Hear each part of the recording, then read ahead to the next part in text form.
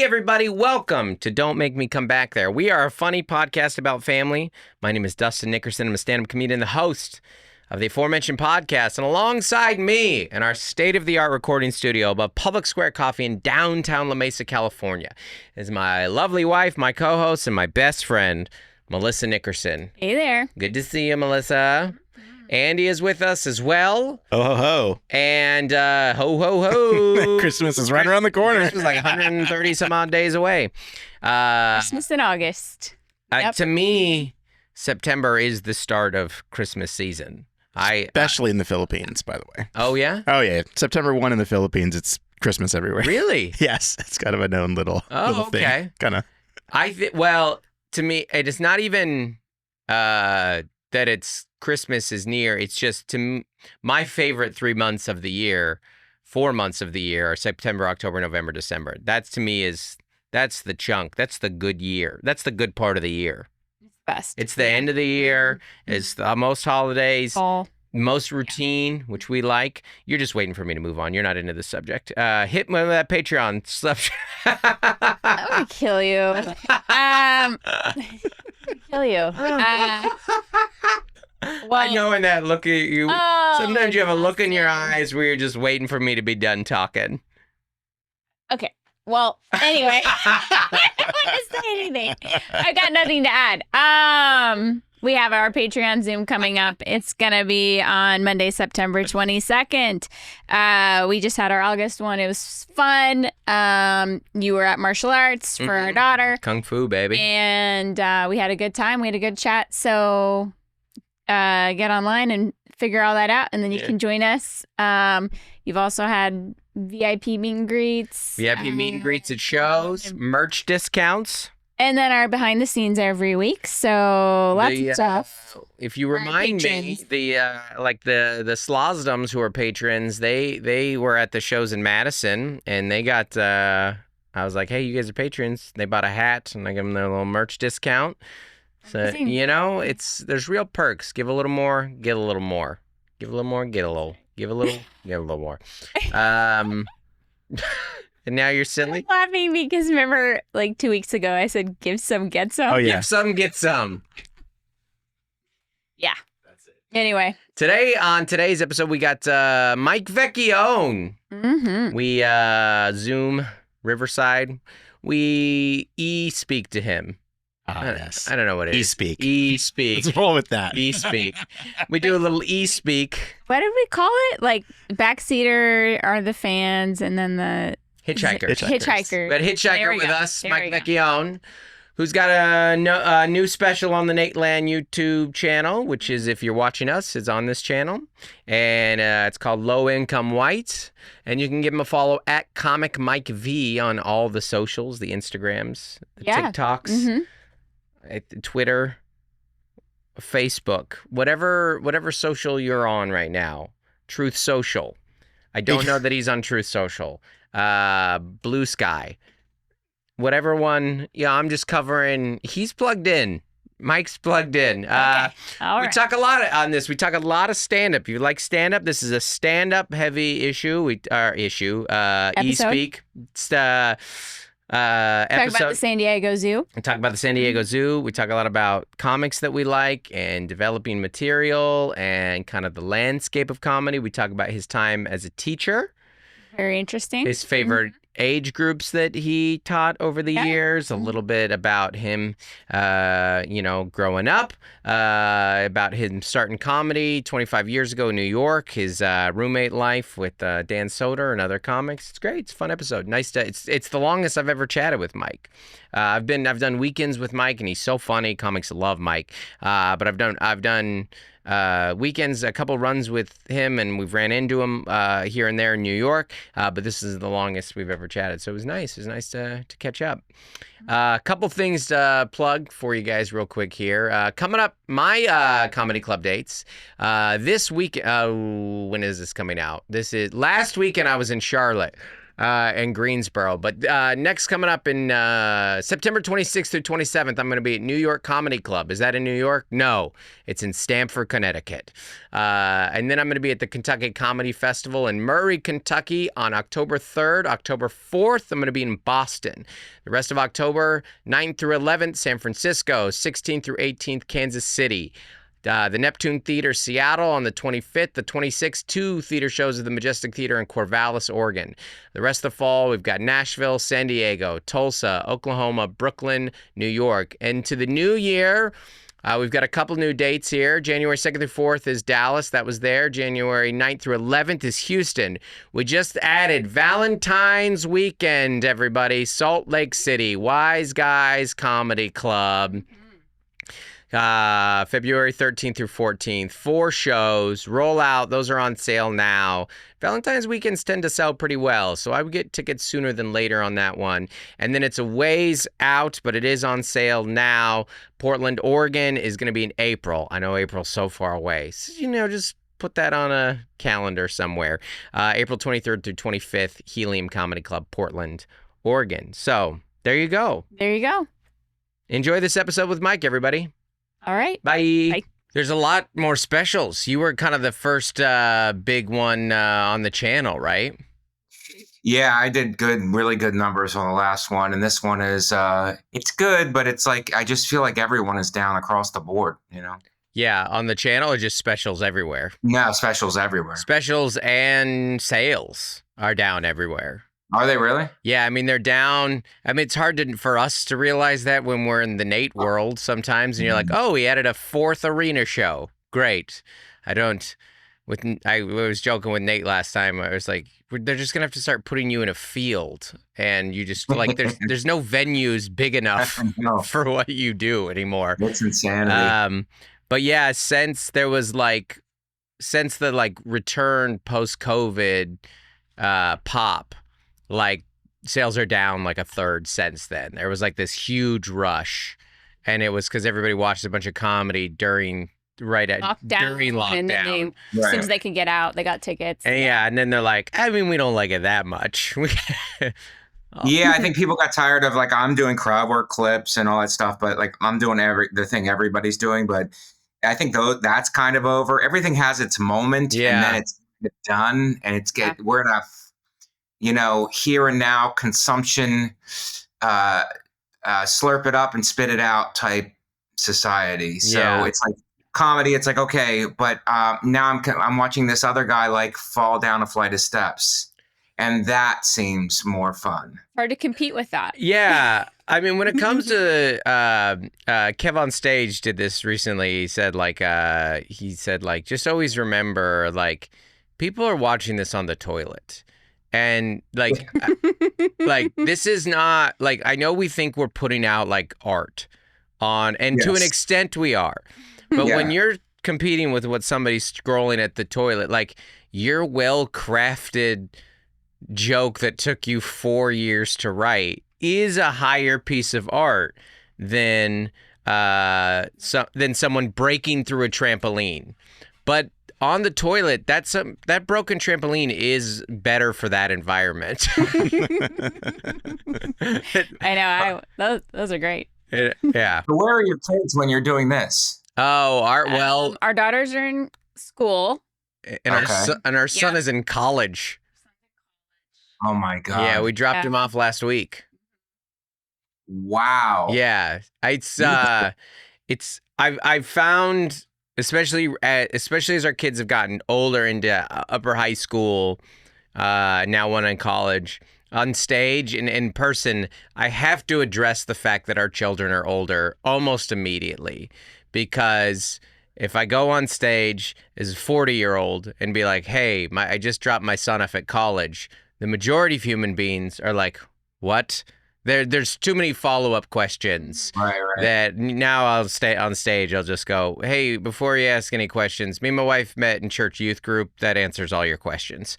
And just kind of dismiss it because it is, and that's not to brag or anything, but when we were, our peer group has children much younger than us. So Like when people Like ask, younger ages. younger ages, yeah. So when Yeah. people are like, "Where are your It would kids be at?" You're like, totally normal if our kids were like 5 and 8. "Yeah, Right. Yeah. You guys did it correctly. You did it the way Jesus wanted it. which is- exactly." We took the book literally, and You guys Adam and Eved it. yeah, exactly.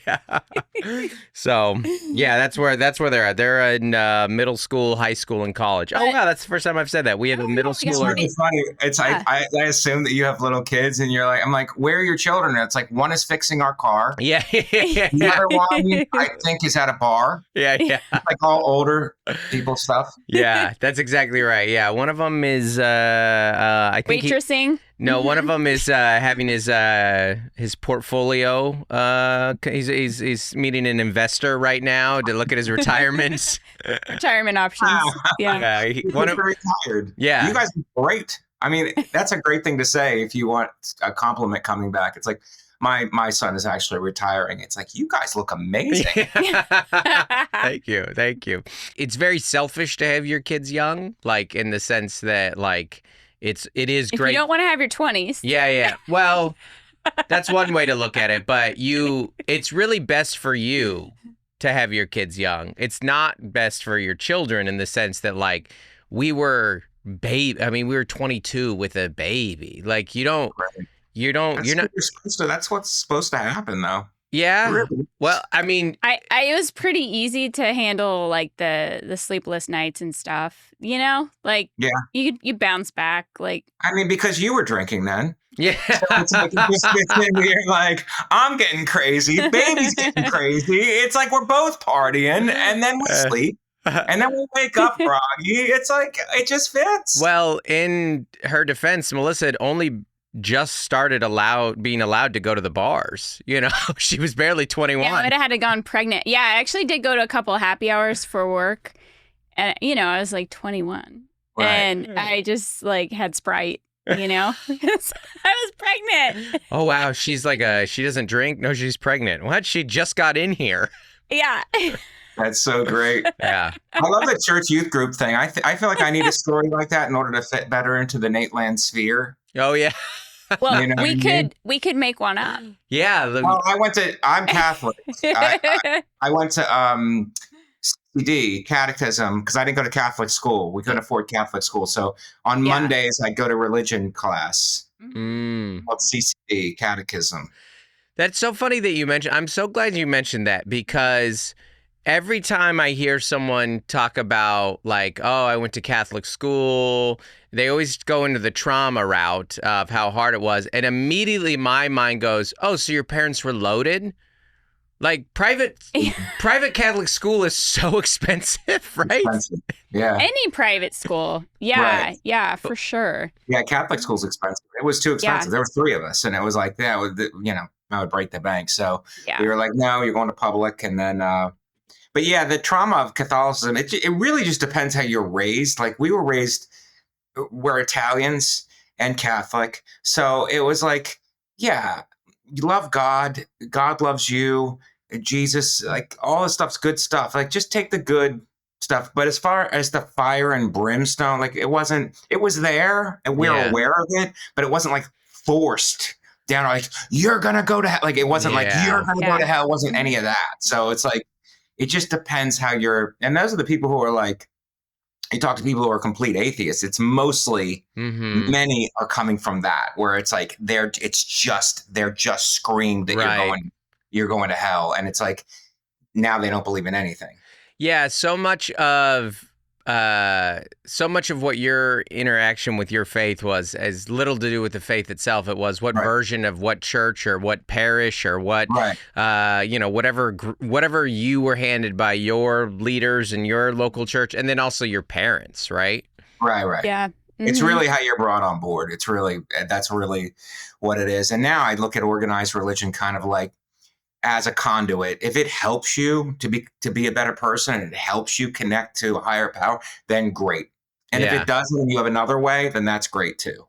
I just look at it that way. now. I believe, but it makes me a worse person, but I got to believe, Yeah, even though my faith makes me a terrible, terrible human being, I'm just holding on to it anyway. was like, wait, what? That's a dumb bit. It didn't work. It missed everybody in the room and someone in a different room. It missed on everywhere that joke could miss. It missed. I don't know if that was lost on me, though. Faith for my bad behavior. Yeah. Yeah. No, I think that's okay. Well, you Well, mentioned.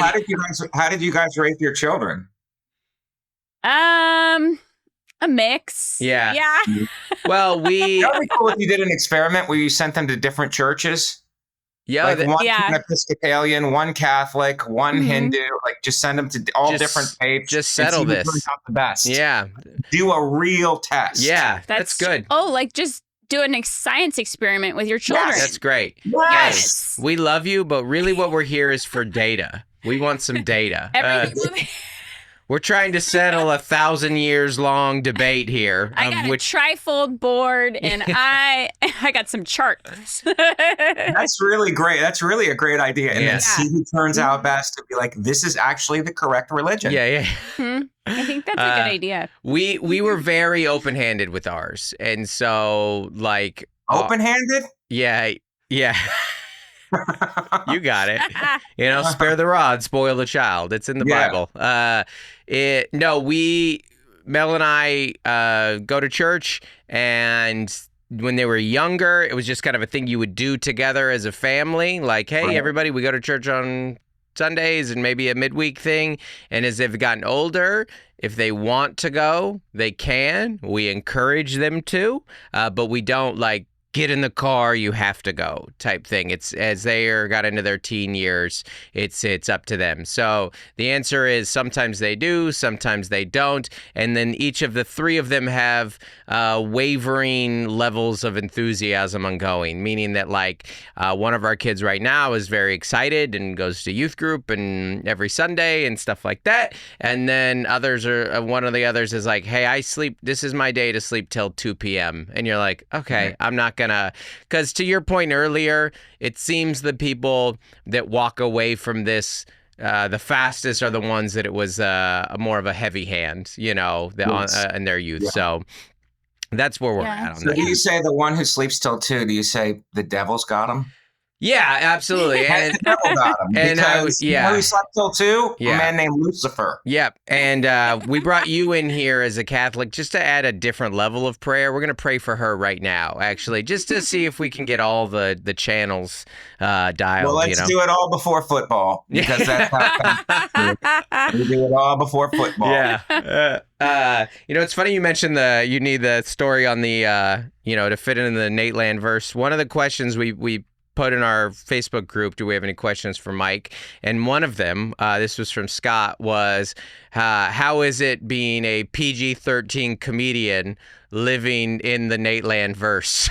In a PG world? Yeah. I have a joke that I'm the bad boy of Nateland. Ooh. Bad boy. Oh, you don't want to mess with me. Bad. I'm bad news. You're gonna corrupt. I thought it could work either one of two ways. I thought it could help me. Yeah. It's a little bit different. You're the reason our kid doesn't go to church. It's you. You're the bad influence. You're the convert. They're gonna convert you. Unbelievable, Mike. Sleep until 2 p.m. No, it's. I thought it could help me because maybe it's a little bit different, but then I thought it could hurt me because it doesn't fit into the brand as well. But the crowd, you've been on the road, Dustin, so it's like the crowds are so good. Yeah, They're so good. You know what I mean? That I look at it like, if you like it, with any of us, you know what I mean? Yeah. Like we're going to be some people's taste more than others. Mhm. So some people might really like me because of the style. It's all in the style. Like we're all very proficient and good, and we work very hard and everything. So at this level, it just comes down to like, what's your preference? Right. I have for those of you listening, I have an understated, sarcastic, joke-heavy style. That's how I describe it. Understated, sarcastic, and joke-heavy. So if you like those things and you understand those things, you're probably going to like me. Mhm. But if you do, if you're more like, if you love like a southern twang and observational and something like you're looking for that, then I'm probably not your guy. Right, right. It's a matter of preference, I think, at this level. Well, comedy is so big now, and like it's only growing. That I do tell like whenever someone like brings up comedians or comedy to layman, I'm always like, it is becoming more and more like music, and that there are so many genres. Yeah, You know, I mean, you've been doing comedy how long? 25. 25. And I mean, there's always been, I'm 14, 15 years in, like, there's always been that, but I do feel like, I don't know if you feel the same way, but there is a cup of tea for everybody at this point because there's so many comedians doing so many different types of things. You know what I mean? Yeah, it's a thing though. It's like, I don't know if fans can see it. I think some of them can, the people who are real true comedy fans, but we can all see what each other is doing. Right. So I know what level of proficiency people are at when I watch them, and so do you. Right. And so do other comics who are in the rooms, and so do waitresses, people who are around it every day. Yeah. Like, they get it. You know what I mean? So, it's just I really admire when someone has great writing and they're pulling it, and it's like that's why everybody loves Dave Attell. It's Right. like there's no smoke and mirror there. Yeah. And everybody's got a little bit of it. It's like there's nothing there. It's all just brilliant joke writing and brilliant performing. Yeah. So that's why he's like a comic favorite. Everybody loves him for that reason. Yeah. He's so highly proficient, hits you with jokes that you don't see coming. Mm-hmm. He's the one guy I watch where it's like, we're all watching each other, but like, I wonder what his take is on this. I wonder what his take in this. He's the one guy where it's like, you start watching him with that comic eye, and then he hits you so hard and unexpectedly that you just become a fan and you're laughing like the people in the crowd. Yeah, it's true. Attell makes comedians laugh more than anyone I've ever seen. Right. And I think it's because exactly what you're saying. It's so unexpected. Like, there are certain comedians that if you're around it enough and you've been around it longer than me, you're like, I can kind of see where this is going. Right. And I have an idea. Even if I don't predict the punchline, I have no idea where Attell is going. Right. And my favorite kind of comedy is silly. I think silly is the funniest, and I think it's the hardest to do, and I'm not good at it. Like, being silly, I've told you this so many times. Like, I think that my favorite comics are Attell, and like Maria Bamford is very silly, and like Brian Regan is very silly. Yes. They're just silly, and they're like, they feel so free up there. And when I'm watching them, I'm like, I can't.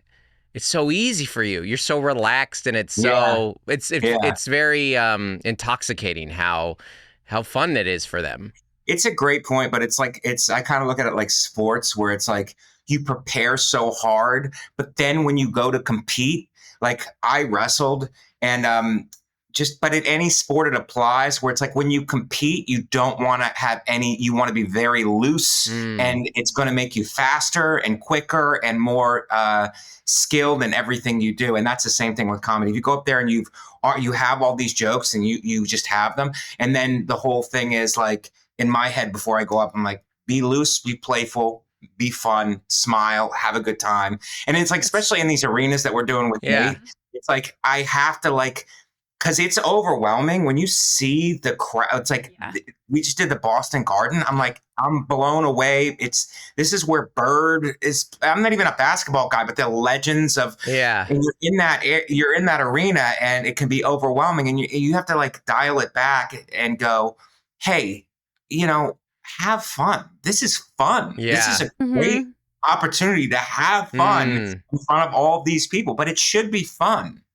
Yeah. And I don't know, like, I know you've done late nights, but it's like, it's kind of the same thing in a late night, where it's like, you're behind the curtain, the microphone, you've done the walkthrough, you've sent the transcript, like all these steps, you've got your outfit, you ran it 1,000,000 times, and you're standing behind the curtain, and it's just like, hey, go out there now and just let it rip and have fun in front of the country. Yeah, that's a good way of putting it. I give a little, when I remember to, very similar, I do a little pregame. I just say, be loose, be generous, be positive. Like, where you are, like, because it is, especially when you're trying to memorize or how's it all go. Yeah. And the more I'm focused on remembering, the worse it usually goes, like it, but that being said, you do have to fill an hour up there. Yeah. You have to know it. Yeah. But that's why, I mean, to your point, it almost is better to like to have the stuff written on cards somewhere. But so it's like, if you have to stop, in a special, it's going to be edited anyway. Right. If you have to take a step back and look, it's better to be in the joke fully. Yeah. Than thinking about what's next. Yeah. You know what I mean? It's like be in the joke fully. And if you have to take a beat and step back and look at the note card, do that. Yeah. Right. That's smart. Yeah. That's I bring a set list up for that. And this is only something I recently started doing because I don't want to forget where I'm at and then just blank out. Like, oh man, I was too loose. I was too in the moment, and I'm 15 minutes in, and I forgot. Then you just start kind of pulling whatever. Yeah, exactly. like one of those, when you're up there bombing, and you're like, "What bit do I got left?" Good old fashioned corporate I bomb. do a thing where it's like worst case scenario. Like, even if it goes terribly bad, your comedic instincts will kick in and you will figure it out. Like you'll do something. Yeah. You'll do something to like keep it afloat until you can figure it out. Yeah. That's probably true. Did you, I know you're based in New York. You've been there forever. Did you start like mics and everything in New York? Well, I started at Philadelphia. Okay. For three and a half years, and then I moved here in the end of 2003. Okay, who was started in October 2000, and then I moved here in 2003, and it was a much different landscape than it is now. But no, I've been here ever since. Who were your people in Philly? It was like wasn't Big J out of there? Or Big J. Big J, Kurt Metzger, and Kevin Hart had already, and Kevin Hart I don't know really. Yeah. Because they all moved. Okay.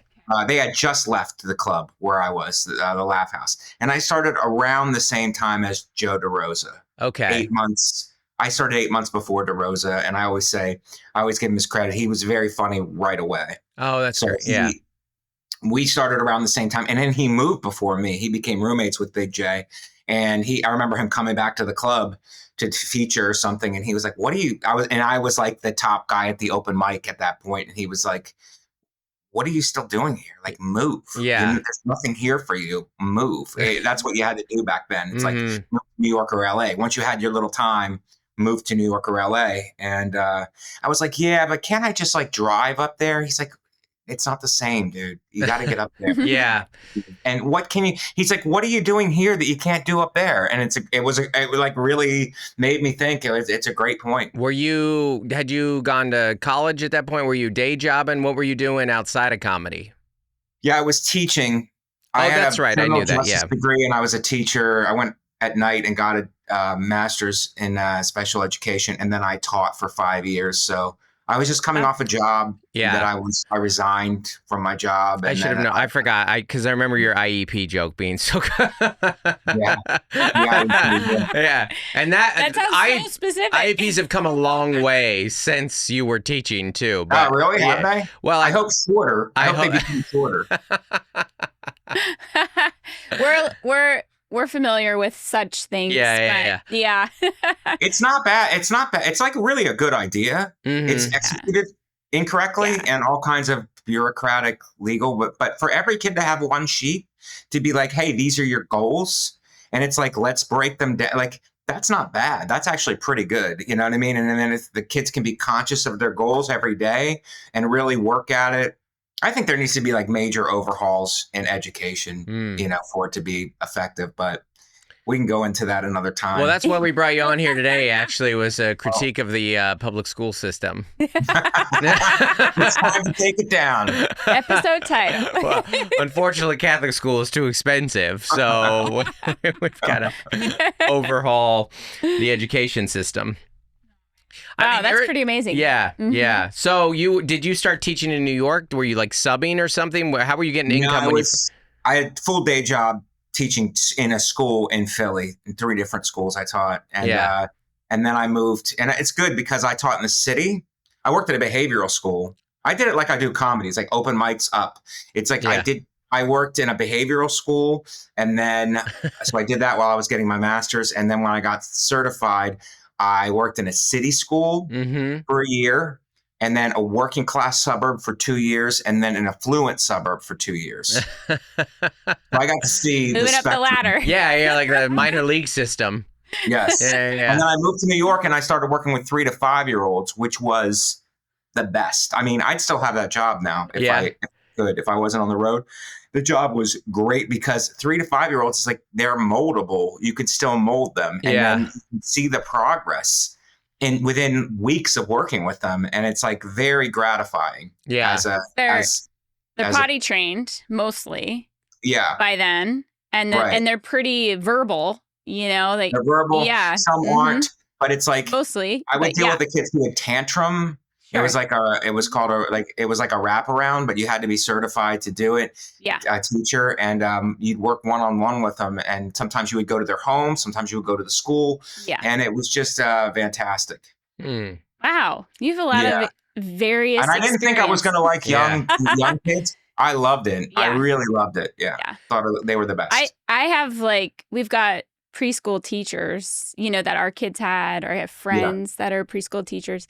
Salt of the earth, like just some of the best people, just encouraging and kind and so steady and just amazing. Yeah, it's amazing. So you guys are in San Diego? Yeah. Yeah. Mm-hmm. That's awesome. I did that American Comedy Company a few years ago, and brought my wife, Katie Hannigan, who Dustin knows. Oh yeah, Katie. And, awesome. I know Katie's great. So we did a company, and then we took a couple days just to go to the zoo. Actually, somebody from the crowd got us tickets to the zoo, which is like I mean, the zoo is those are good tickets. Expensive. Yeah, it's like it is expensive. $100. Yeah, very expensive zoo. So I don't know what your animals are trained in, but it was pretty pricey. The koala and the panda probably. Yeah. You see the price and you're like, am I going to ride these animals?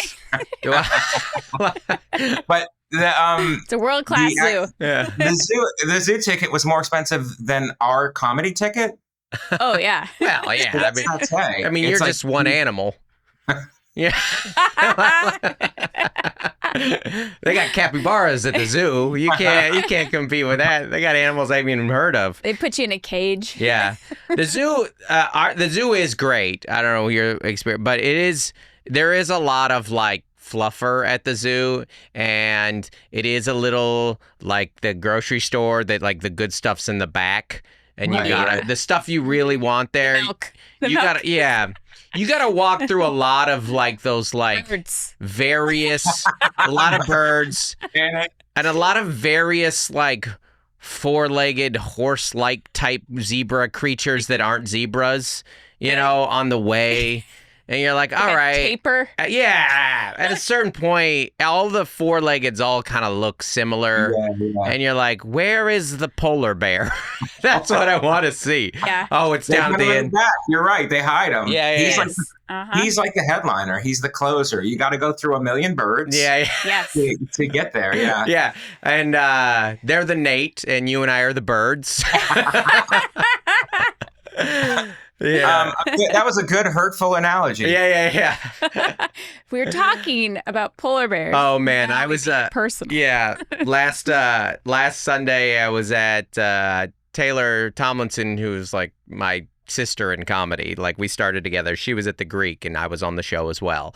And the Greek's unbelievable in LA. It's one of the most beautiful, but it is very humbling when you walk out and you're like, dude, it's not even dark yet. Because it's an outside venue, you're just when you just stare in a beer line and everyone's kind of looking at you and they're kind of passively enjoying it, but they're like, no, but what I really want is to have this for Taylor.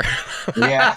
And I get it, because I've been to concerts where you're like, nah, I mean, the opener's, I'll passively enjoy this. Right. And I'm guilty of it as well, but you're like, they're not against you. Nature. It's this guy has to win me over. Yeah. Mm-hmm. I need this guy to win. Versus they always give the other person the headliner the benefit of the doubt. Yeah. That's who they're there to see. The way it works. Yeah. I do think that's. But at least I'm happy to have the chance to try to win you. I know you feel that way too. It's getting the chance to win you over. So that's my opportunity. Their arms are crossed. They're like, yeah. We'll see. If they're seated at all. Yeah. Usually their seats are empty if you're on first. Yeah.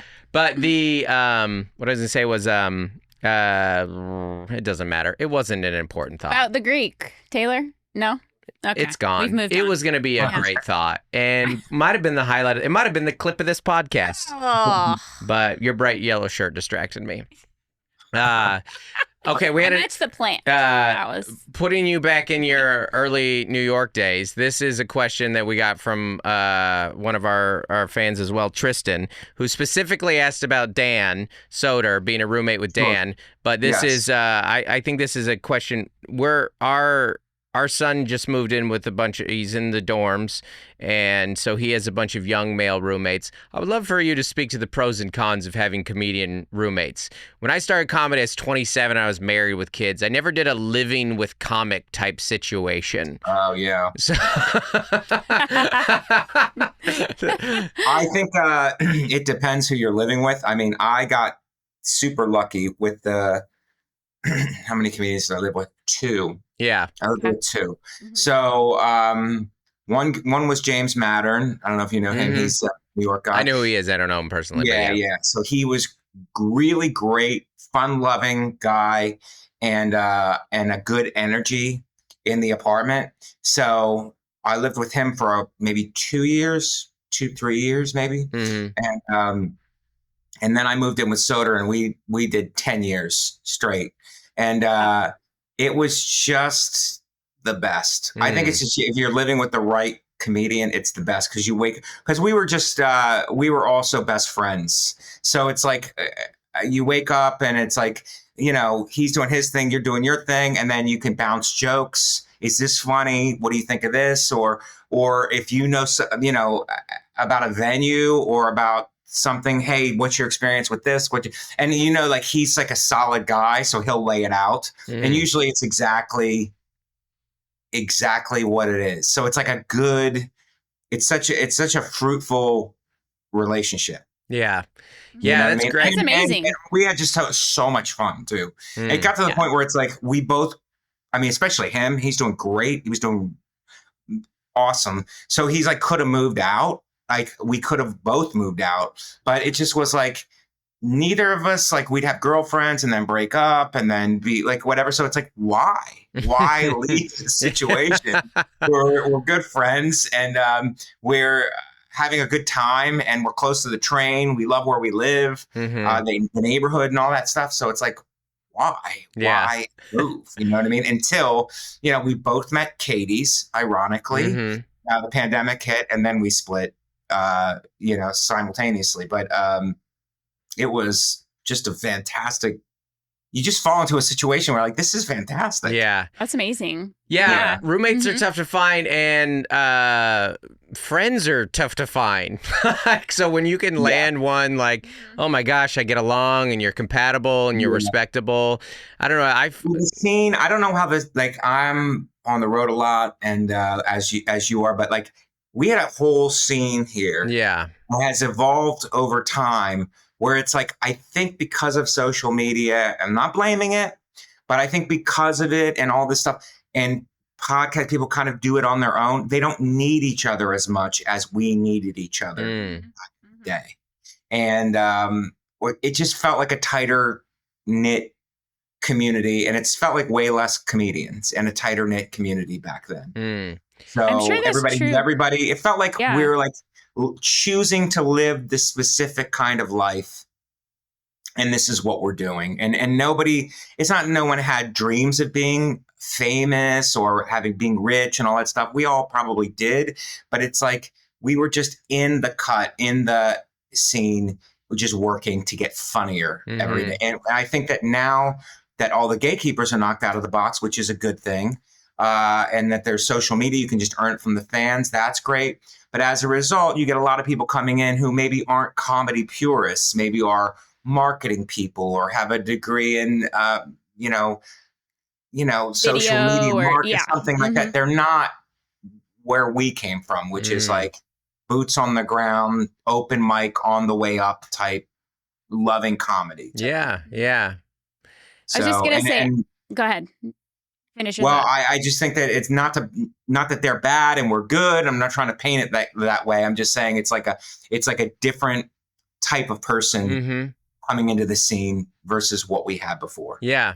Yeah. What were you going to say, Mel? Oh, I was just going to say, I think perhaps that's true for a lot of industries, Yes, it like is. post-COVID and with Right. the internet. Mm-hmm. Right. Just like that collaboration and camaraderie is, I mean, if you're working from home or half the time or the Yeah. whole time, like you are missing out on a lot of the elements But that you were describing. it's a great point that you made, which is like, you know, people can complain about this industry and the way that it is, but every industry has changed. Mm-hmm. Yeah. Everyone has changed. So it's Mhm. not like only this one. Right. Our son's at a university and they're like, well, do you want to just do online classes? And we're like, no. No. Don't even consider an online class. Yeah. Like, go. Yeah, you got to go. You know, so everything, you know, the landscape is just so different now. Yeah. Yeah. I think you Yeah. might have like Mm-hmm. also what you said there. It might even have like a deeper idea when you said like because of social media, people don't. If it feels like you don't need friends the way that you used to, but that's not true. You do. You do need but it coworkers. and coworkers Yeah. and but like it can have you can have a sense of where like there's I'm getting enough human connection through my phone because it does kind of feel like it, but almost in the way that like what's the artificial sunlight? It's like artificial sunlight, you know, that you get in.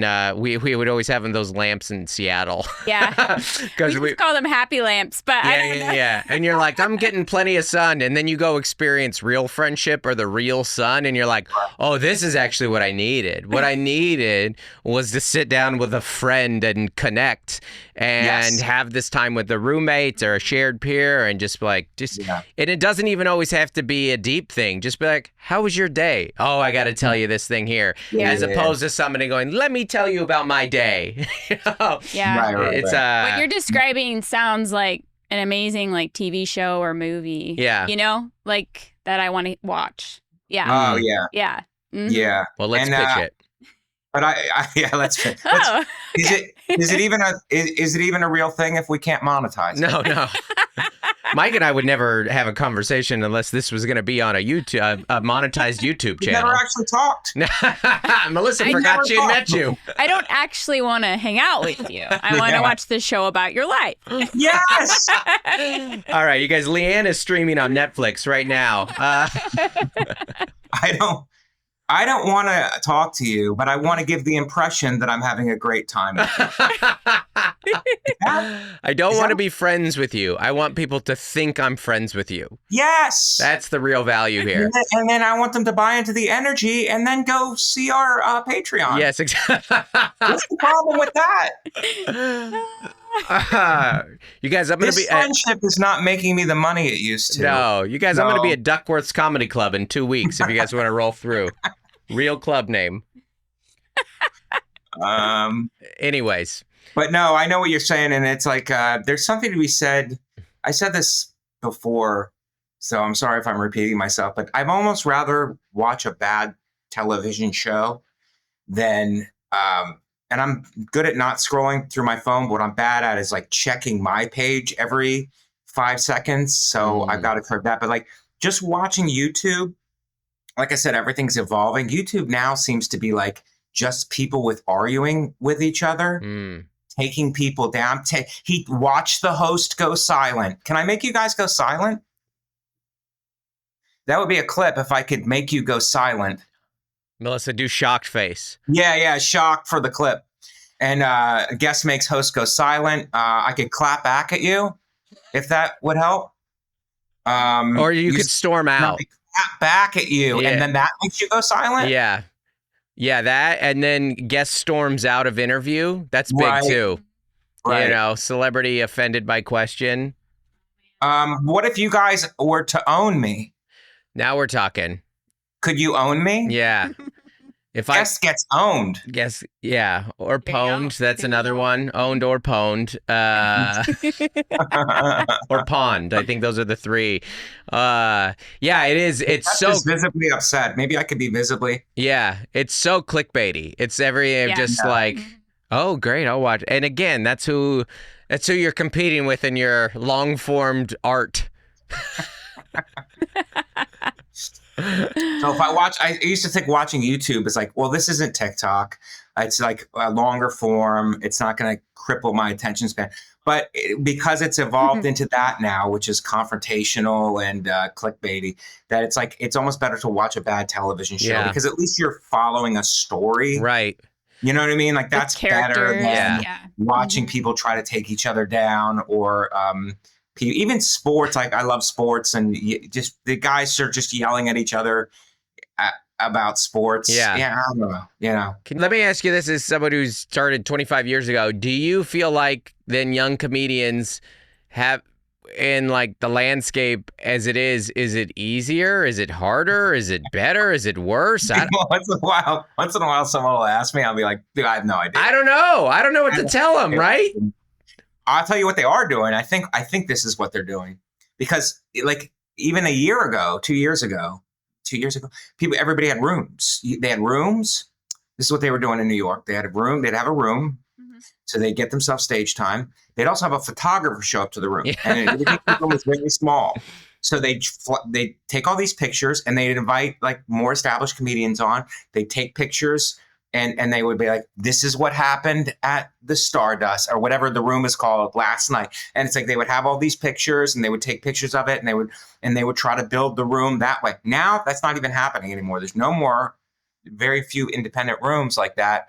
It's just people doing stuff into their phone or sketches to try to get a following before they develop their stand-up.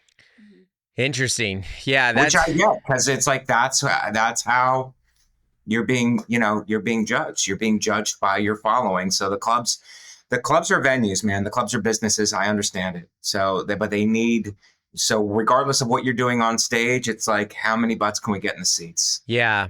When I first started, and I'm sure it was the same for you, the last thing I wanted was any of my stuff out there for like the first 5 years. You're like, I wanted anonymity. Yeah, no, I wanted to get good in a local scene. I just wanted to get, Alonzo Bowden said this once, like, remember when you first started and all you wanted to do was work the weekends? Like, yes. I remember the first time the club I started, Madhouse Comedy Club here in San Diego, they called me and they're like, hey, can you feature this weekend? I was like, this is the greatest moment of my comedy life. Yeah. I get to feature for the whole weekend. Yeah. That's crazy. Like 4 or 5 shows. Yeah. And that's all you wanted. And I might order some food. Yes. I might order some food. I might get crazy. They got food. I might get a drink. I'm going to take a piece of chocolate cake to go. Unbelievable. And I was happy. But now it's like immediately, if I were to like even like put myself back in that, say that same thing's happening right now, I would immediately go, oh, I better get a tripod. I better go film these. I hope a thing happens in the crowd. Do I have a talk? Because even these clubs, they are even using middles and hosts based on their following. It's not purely like when we started, like, I don't know, how funny are you? Are they a crusher? Right. Yeah. Mm-hmm. Right. It's like a bringer show every weekend. Online, I haven't figured out online, obviously, but it's like, it's different than a live performance because we would take a joke, we'd take an idea and then work it and work it and work it. And it might start off pretty funny, something like that has some legs, kind of funny, but you would develop it and then take it different places or shelf it and not use it again. But to its completion, you would take it and work it, and then have it. And that's online. That's kind of not. It's almost like the joke isn't as important as the topic is. Like if you're talking about a topic that gets people juices running, that's kind of more important than the actual joke. Because half the people don't know, because it's all just the internet. It's just thrown out there. So people they're seeing all kinds of different things and they don't even kind of know it's a joke. Or if they do know it's a joke, they're not focused on it being a joke. Yeah. I almost have to hit them over the head and be like, hey, this is a joke. Yeah. This is not serious, what I'm saying. Because then there's people who like disagree with the premise. Yeah. And you go, what are you doing? this is a joke. Yeah. And because it's all like mixed together and they just don't. And so the people who are commenting, which are. So the comments become part of the punchline, or the revised joke is the comments. You know? Yeah. So the first draft, the comic presents, and then everyone just kind of goes nuts in the comments. And that's the version. And in their defense, they just scrolled for something that was news. And before that was like, because you're just, I heard someone say, like, you're just a character in their phone. You know, they don't give us the benefit of the doubt. Well, I think if you kind of like talk, like, that's the thing with a face-to-face interaction where it's like, do you know what this is? Yeah. Like, this is, this is and it's easy for them to be like, well, it's not funny. It's like, but take that out of it for a second. This is what the person is trying to achieve. This is what I'm trying to do. It's like, there's none of that there. It's just like, they see it, they either like it or don't. But it's odd to me that like the topic will get more attention than the act, because we're all looking for the joke. I'm like, how can I be funnier? It's like, oh, that's not the game anymore. It's like online, it's like, what's interesting? Right.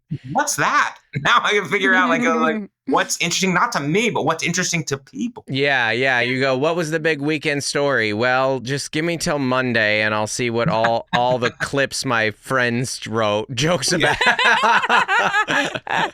What all the comedians recorded on the Sunday show. I kind of liked we used to do a show at the Comedy Cellar called This Week at the Comedy Cellar. Yeah. And I liked that show because it was Comedy Central and they would give you the topics. I think it was the start of this, what you're describing right now. I can't believe that show is phenomenal. It started this trend. It's applicable now. And it's like, you give everybody the same topics and you go. Yeah. Write a joke about it, of what's happening. You have a couple of days. Yeah. And it's like an even playing field. And then, we'll select whichever jokes are the best jokes. Yeah. In our opinion, you know what I mean? That's subjective. But it's like, that's great. It's like we all know what we're doing. Right. But what we're trying to do. But because of that show and those clips did so well, right as Instagram Reels were kind of taking off, comedians go, well, I don't need Comedy Central and the Comedy Cellar to do this. I'll just go do this on my own. Right. And and they were right to do that, but it was nice when it was just kind of an isolated show as opposed to, because I feel that pressure too. You're trying to make this like long form hour and you're like, do I gotta riff a couple topical things in here? And because you're right, you got to try, you got to try. But you said this earlier that like these things have a moment. Like I do think the crowd work moment, every once in a while I'll still see one pop off, but they're not, it gets convoluted and suddenly it's like, well, what am I doing to carve out my own uniqueness in this, But that being said, to me, that makes comics like you and specials like yours that much more valuable because it's so much, and I'm no offense to the people doing those other jokes and those other things, but what you do and what a good hour is so much richer, and I think people know it. They just go like, wow, this took a long time. Yes. Yeah, it took a long time. Yeah, that's what they don't know about like what we're doing, which is like developing an hour takes a long time. It's like I didn't just come up with this. It's like it's a trial and error over time. Yeah. So it's like people go, when people are negative about it and they go, well, this sucks or whatever. It's like, yeah, but I didn't try these jokes once. Like, I don't know if that's what you think. Like, I didn't try them once. Yeah. Like, over a period of time. Yeah. How it's like writing a book. It basically. is. It's very much like writing a book. And comparing it to a random clip is like a doodle next to a painting. You're like, these aren't the same. I know they are similar to you, but how long did this hour take you? How long do hours take you? This one took about 23, I think 2 years. 2 years, yeah. 2 to 3. Yeah.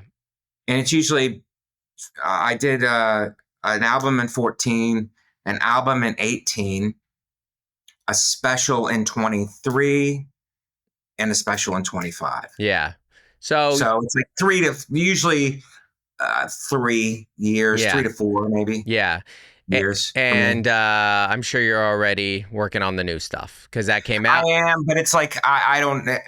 I just I don't know. It's like you put the hour out. YouTube has changed.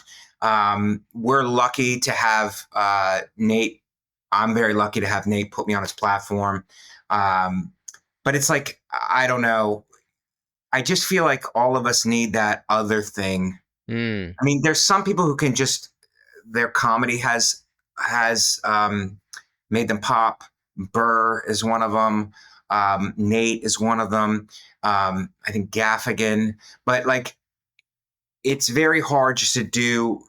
We all kind of need the other thing. And it's like then figuring out what that other thing is and then trying to explore that. So I don't have a podcast currently. So maybe looking into what I would want to do as a podcast, or I did a bunch of sketches with Katie. We did about, we did a round of like 15 and then another round of 15. Yeah. So maybe we'll do that again. It's like, you kind of need the other thing where people will pay attention to your comedy. Yeah, feeding the machine. And even a lot of the comics who have made it in comedy, they still did land on like a big platform, right time, right place, Right. You've been you've been along. There is like some like undeniability in this industry, but I mean, it's so much harder to sell tickets than it is to be funny. There are so many. I mean, you, especially a New York guy, and you've been around the cellar and stuff, where you're like, dude, there are so many comedians that are so funny that nobody has ever heard of. And and maybe on the outside, I think like the longer I'm in it, the longer I have the perspective, like people might like think that that's like not a win, but you're like, if this is your job, you still won. Like having a job that you care about and you're passionate about is it's already puts us in pretty rare Right. Right. And like being a comedian is different than marketing yourself. Those are two different skill sets. You know what I mean? So I mean, people don't realize that even. It's like just being a comedian and writing and developing an act is different than getting booked and building a following. They're different sets. Some of it overlaps. But much of it doesn't. Well, you have what I think is one of the, and I don't know if you feel it, but you have one of the harder things that are even hard to grasp or articulate, but you are beloved and respected amongst comedians. Like your peers love you. And, I appreciate that. And say the best things about you and like so good, so funny. Like you make comics. Comics sit down and watch your set, and that is, again, like hopefully you don't have to choose between one of the two big things. But yeah, I mean, you're on a short list of comics that when your name comes up, comics all stop and go, so funny, so great, absolute crusher. Well, that's very sweet. Yeah, and I do think saying that, and thank you for not mentioning that I Venmo'd you. Yeah, of course. Oh, I did mention that before you came on. Yeah. This today's episode is brought to you by Mike Vecchione. And I think we do have our next thing. I know you say we need that extra thing. I think it's this movie pitch Mel's telling us to write about friendship. I think so too. That 10 years of living with Dan. 10 years of living together. Yeah. We should have just filmed that and put it out. That's great. Yeah. You know what I mean? We didn't have to. We could have just filmed like.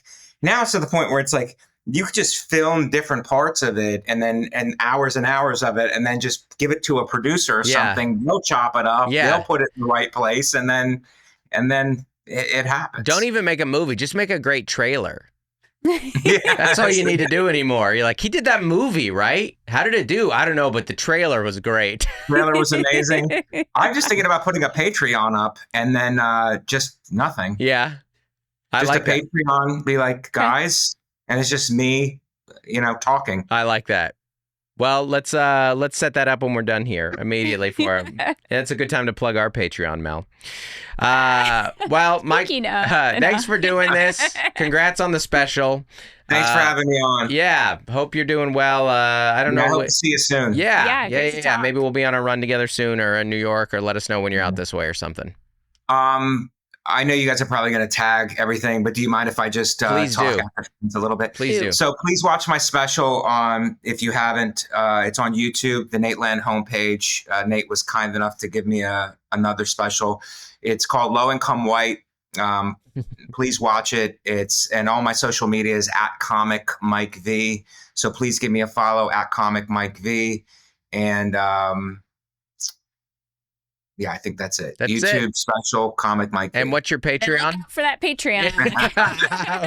Patreon is not in play yet. I want to do something where I'm just It's all right. It's there's maybe I'm confronting people. Why haven't you given me money? That's a great point. Lectures. Yeah. I would just go on Instagram Live right now and do that. Yes. I'll join you. We'll do a collab.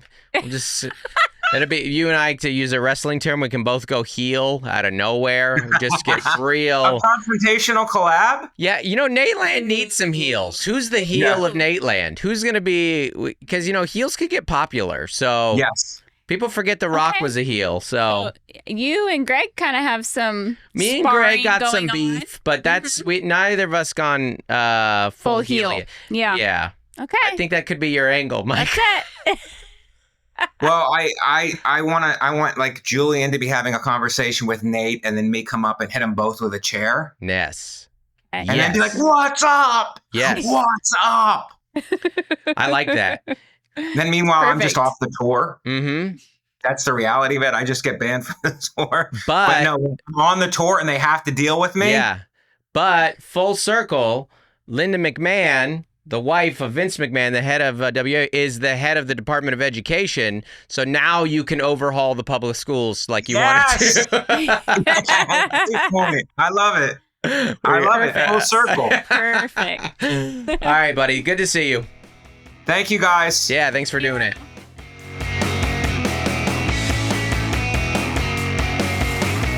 Hey, everybody. We want to give a special shout out and thanks to our As Essential as Oils level patrons. That's $25 up a month and up. You get it. Thank you, everybody. It means a lot to us. That is Adam Bush, Averill Griffiths, Allison Nelson, Andy and Darlene Gurton, Bonnie Galindo, Brandon Schoenberger, Carrie Teague, Chris Finn, Christopher and Bridget Finlin, Code to Grow, Courtney Eibling, Damaris Diaz-Steven, Daniel Owens, Dave and Melissa Cox, Dave Hoagland, Dustin Daly, Jason and Francis White, Jen Thirk, Jonathan Rivera, Jordan Cowan, Juliana Smith, Lori Amos, Lauren and Nick Rachel, Matt and Sam Slosdom, Michelle Carlson, Nick Cordell, Norman Perron.